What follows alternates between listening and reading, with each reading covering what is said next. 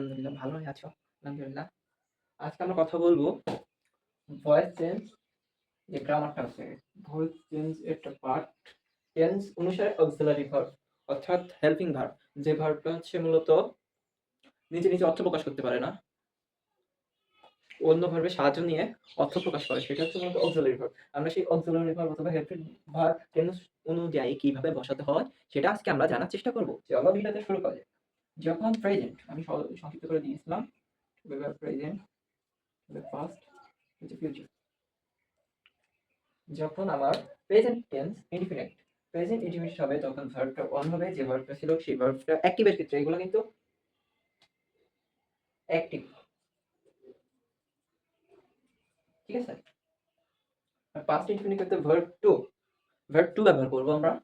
আর হচ্ছে ফিউচারের ক্ষেত্রে শ্যাল অথবা উইল ব্যবহার করবো ভাইয়া।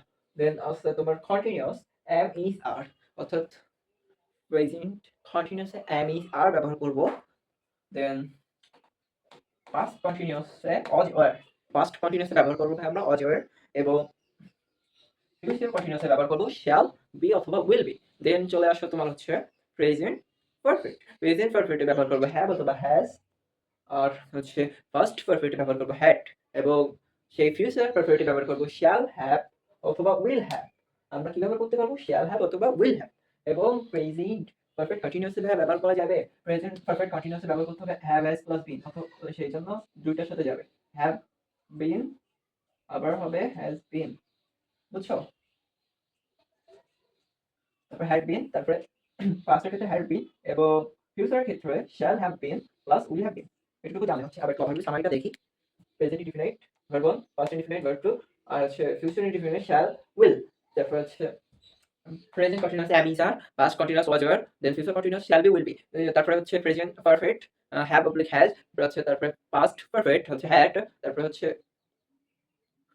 ফিউচার পারফেক্ট shall have অথবা will have। Present perfect continuous shall have will have, so present perfect continuous have অথবা has been, সরি একটু ভুল বলে ফেলছি, ওটা হচ্ছে shall have been হচ্ছে ফিউচার ক্ষেত্রে, পাস্টের ক্ষেত্রে had been, আর হচ্ছে ফিউচার ক্ষেত্রে shall have been will have been, ঠিক আছে? এতটুকুই।